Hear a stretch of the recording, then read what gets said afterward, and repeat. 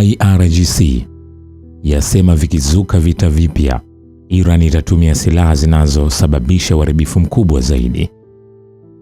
Jeshi la Walinzi wa Mapinduzi ya Kiislamu IRGC imetangaza kuwa kama vitazuka vita vipya, litatumia silaha zinazosababisha uharibifu mkubwa zaidi na za kisasa zaidi kuliko zile zilizotumika katika vita vilivyopita. Msemaji wa IRGC Brigadier General Hossein Mohebi ametoa kauli hiyo Alhamisi wakati akifafanua kuhusu uwezo wa kijeshi wa Iran na maendeleo ya vichwa vya makombora baada ya vita vya siku 12 na siku 40 vilivyoanzishwa na Marekani na utawala wa Kizayuni wa Israeli dhidi ya Jamhuri ya Kiislamu mnamo Juni 2025 na mwishoni mwa Februari mwaka huu. Mohebi amesema nguvu ya uharibifu na uteketezaji wa vichwa vya makombora vilivyotumika katika makombora ya IRGC mara hii ni kubwa zaidi kuliko ile iliyotumika katika vita vya huko nyuma. Ameongeza kuwa Iran inapiga hatua za ustawi kiuendelevu katika maeneo yote ya silaha za kijeshi kwa kuunda silaha ambazo zinalenga shabaha kwa usahihi zaidi, zenye nguvu ya kuteketeza zaidi na za kisasa zaidi kiteknolojia. Ikiwa vita vingine vitaanza, bila shaka silaha zetu zitakuwa tofauti na zilizopita. Tofauti hii inaweza kuonekana katika uzalishaji wa vichwa vya makombora, mifumo ya usahihi wa kushambulia, masafa ya makombora au eneo lingine lolote, ameeleza Jenerali B. Msemaji wa IRGC amesisitiza kwamba Iran haijawahi kusimamisha uzalishaji na uundaji wa silaha, na akaongezea kwa kusema, tunapiga hatua kimaendeleo kila siku na kuna mwelekeo wa kujitokeza scenario yoyote katika uwanja huu.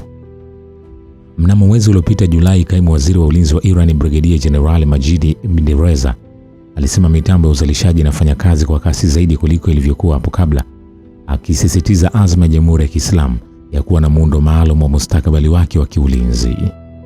Vilevile gazeti la Financial Times limeripoti kuwa Iran inafikiria kushambulia vituo vya kijeshi vya Marekani barani Ulaya ikiwa rais wa Marekani Donald Trump atashadidisha vita, wakati Tehran inazingatia pia machaguo ya kupanua wigo wa mzozo hadi nje ya Mashariki ya Kati.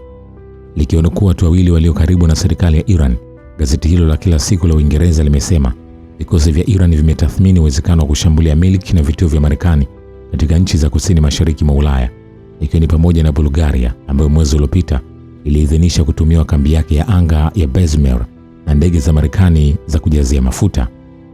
Kwa mujibu wa moja vyanzo hivyo viwili, Cyprus ambayo ina kambi ya anga ya Uingereza iliyoshambuliwa na ndege isiyo na rubani mnamo mwezi Machi, nayo pia inafikiriwa kuwa miongoni mwa maeneo yanayoweza kulengwa endapo Marekani itaanzisha mashambulizi mapya dhidi ya Iran. Ripoti ya Financial Times imedai pia kuwa vikosi vya Iran vimechunguza uwezekano wa kulenga nyaya za fiber optic za chini ya bahari katika mlango bahari wa Hormuz iwapo vita dhidi yake vitashadidishwa.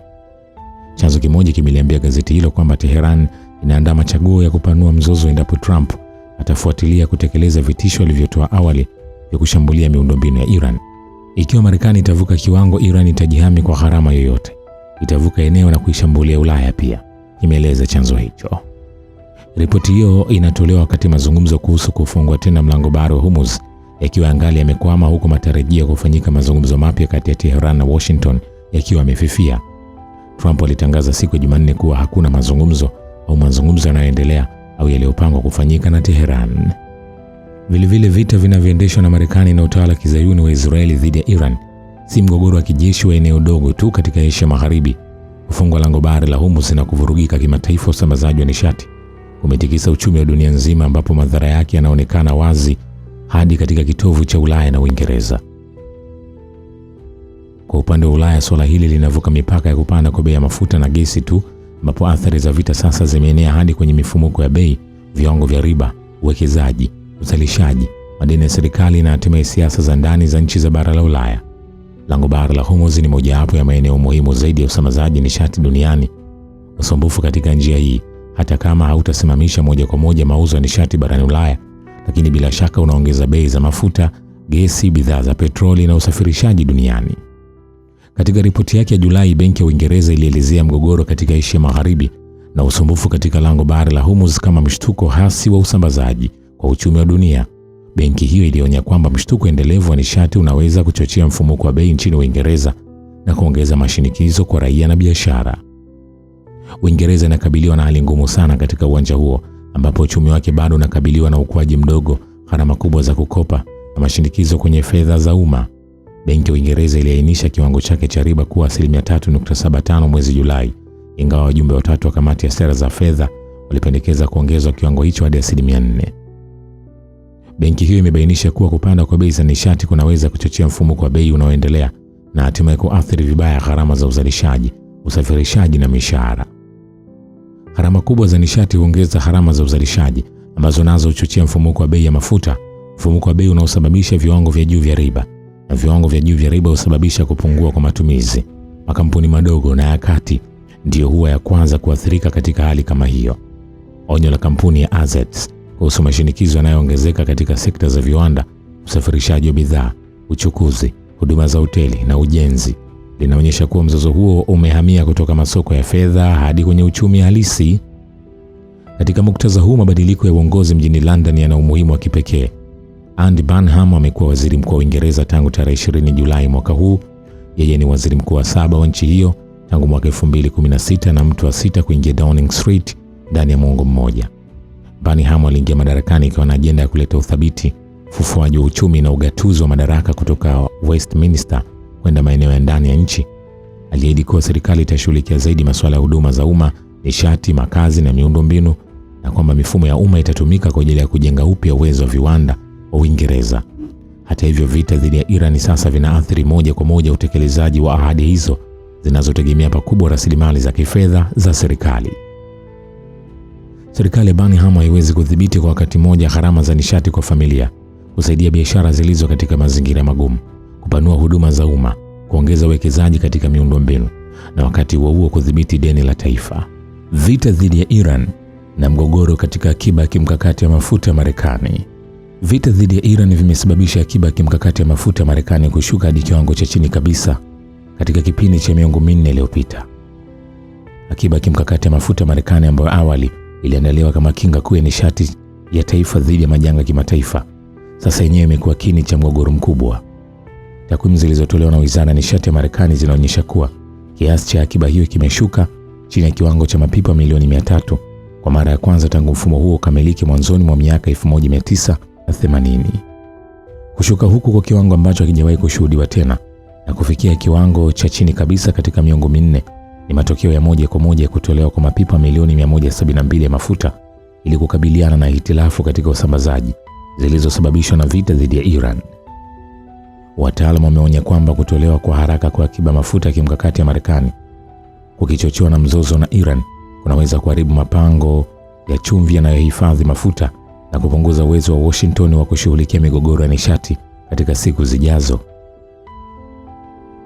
Mafuta hayo yamehifadhiwa katika mapango 60 ya chumvi yaliyoko maelfu ya futi chini ya ardhi katika vituo 4 vikubwa kando ya pwani ya Ghuba ya Mexico huko Louisiana na Texas.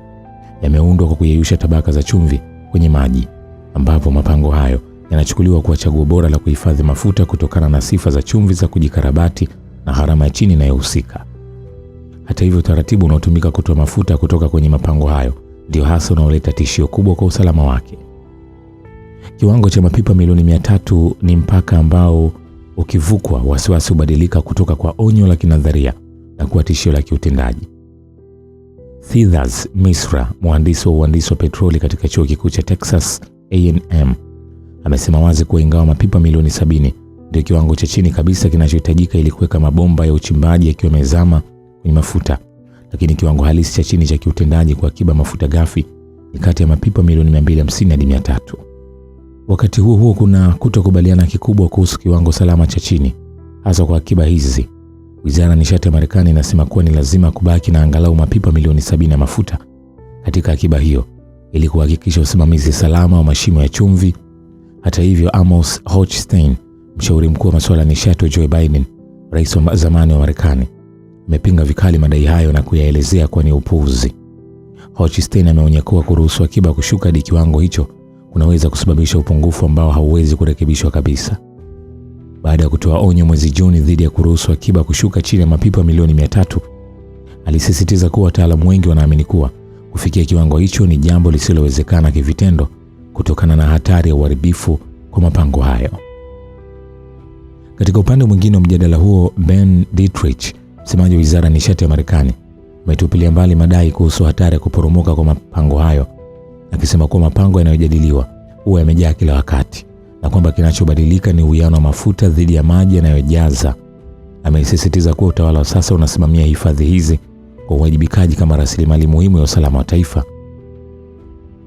Ni muhimu kuzingatia kuwa wasiwasi huu unahusisha pande zote mbili za kisiasa na haukomei tu kwenye tofauti za kisiasa kati ya tawala mbalimbali. Wabunge chama cha Republican pia waliibua wasiwasi kama huo kuhusu usalama wa mapango ya chumvi wakati utawala Biden ulipotoa mapipa milioni 180 ya mafuta kutoka kwenye hifadhi hizo mwaka 2022. Hatua iliyochukuliwa kujibu hatua za kijeshi za Russia nchini Ukraine. Wakati huo pia kiwango cha hifadhi kilishuka hadi chini ya mapipa milioni 350 kabla ya kujazwa tena kufikia takriban mapipa milioni 415 kabla ya kuzuka kwa vita na Iran. Ripoti ya ofisi ya uwajibikaji wa serikali ya Marekani iliyochapishwa mwezi Mei inaonya kwamba uondoaji unaorudiwa mara kwa mara unaofuatwa na kujaza tena unaweza kufuta mara kwa mara sehemu mahususi za pango na kusababisha kuundwa kwa vipengele visivyofaa kwenye pango. Ripoti hiyo pia inabainisha kuwa kila mzunguko wa uondoaji huongeza kiasi cha pango na kupunguza nafasi kati ya mapango ndani ya kuba la chumvi na hatimaye kudhuru uimara wake wa kimuundo kwa muda mrefu. Kwa kifupi, kile kinachoendelea ni zaidi ya kupungua takwimu katika hifadhi ya mafuta. Hali hiyo inaonyesha kuwepo mgongano mkubwa kati ya dharura za muda mfupi za geopolitiki na mahitaji ya miundombinu ya muda mrefu. Ingawa hatua ya haraka kutoa akiba mafuta ili kukabiliana na mgogoro wa Iran na kufidia mapungufu katika usambazaji wa bidhaa hiyo ilionekana kuwa hatua muhimu na ya dharura kwa utawala wa Trump, lakini matokeo yake yanaweza kuathiri pakubwa usalama wa nishati ya Marekani kwa miongo kadhaa ijayo. Nikwambie hivi, hatujamaliza. Shukran kwa Babu wa Kivita. Mimi ni The Rich Voice.